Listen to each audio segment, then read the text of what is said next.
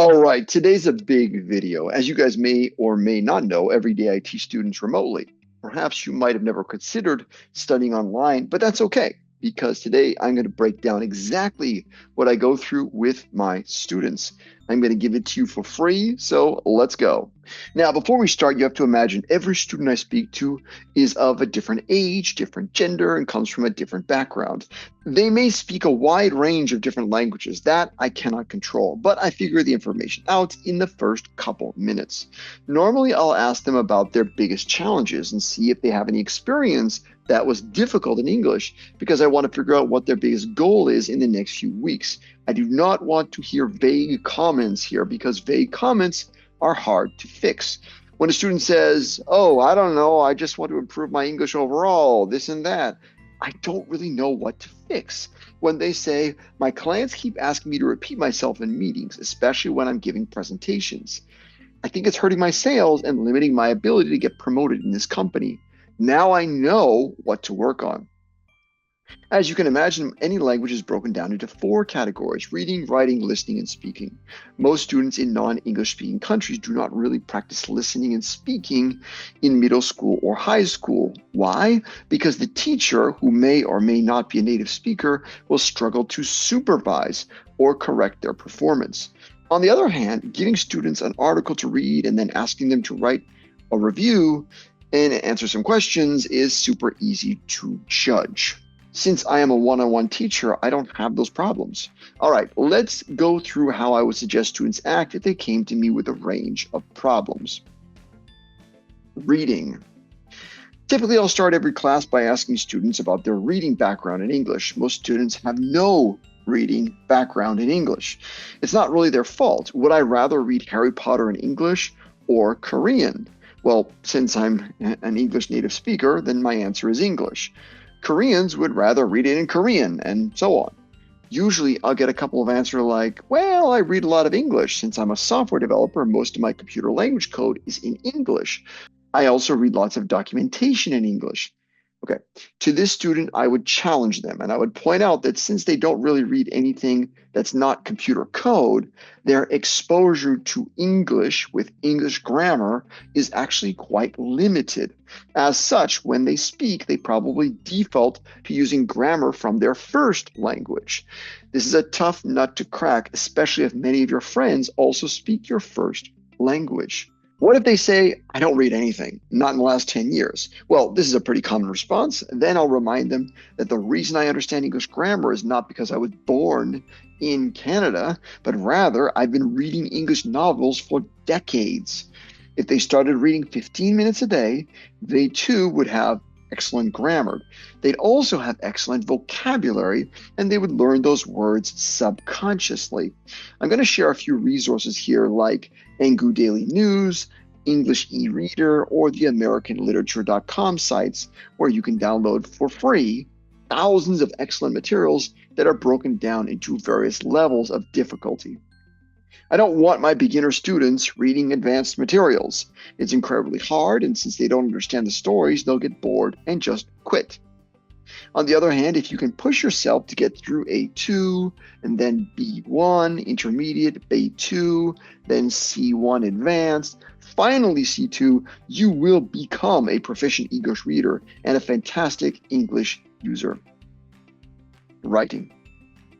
Writing is kind of funny because in the last 10 or 20 years, I've noticed that more and more people are automating their writing through the internet, through tools like Grammarly, and more recently through AI chatbots.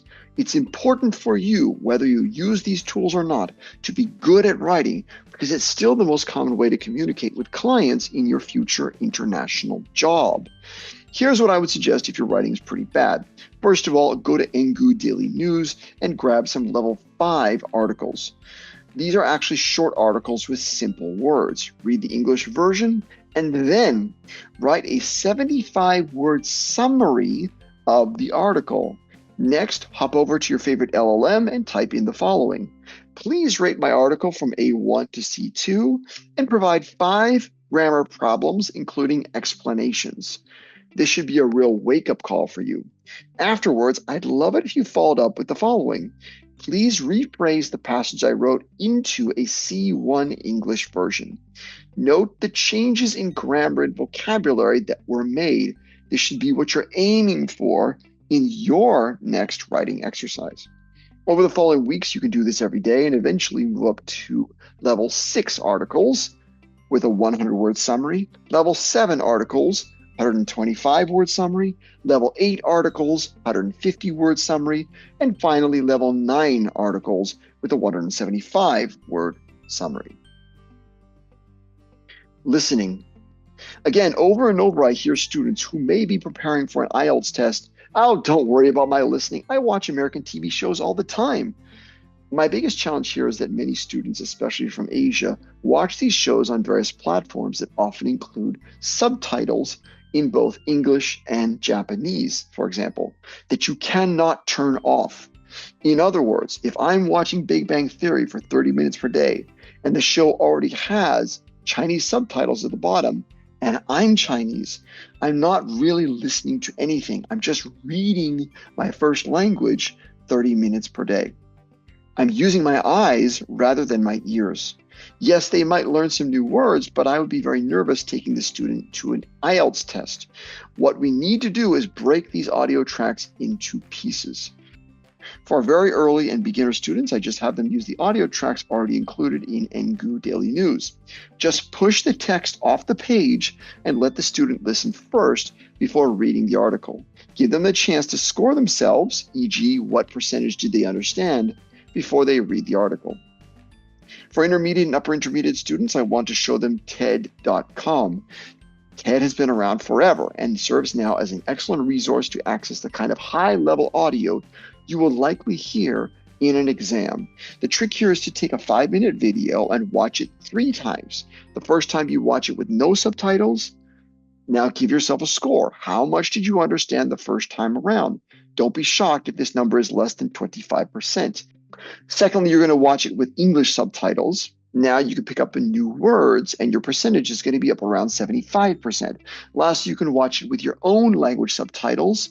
TED.com has many different languages. This is because it's quite common that even if you know all the words in a sentence, some of the grammar may get thrown at you and you don't quite get the overall meaning. This should absolutely get you ready for an IELTS test or just make you better at listening to your colleagues at work. Finally, speaking. According to IELTS, speaking is broken down into grammar, vocabulary, pronunciation, and fluency. Grammar and vocabulary are solved by your regular reading practice, 15 minutes a day of reading. Pronunciation is a tricky one, but AI can help too. Check this out.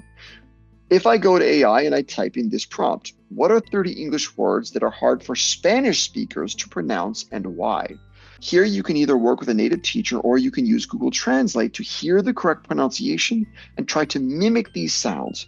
I'll usually step through a few of these with students and then throughout the class, I'll catch them when they go back to bad habits.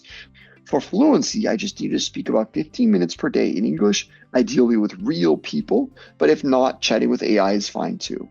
That's about it. Across the board, spending about 15 minutes a day of each of these, 1 hour per day in total, can absolutely shoot your English well beyond B1, and in just a few months, you'll look and sound just like a natural speaker. If you have any questions at all, please hit me up. I wish you all the best. Take care, guys. Bye-bye.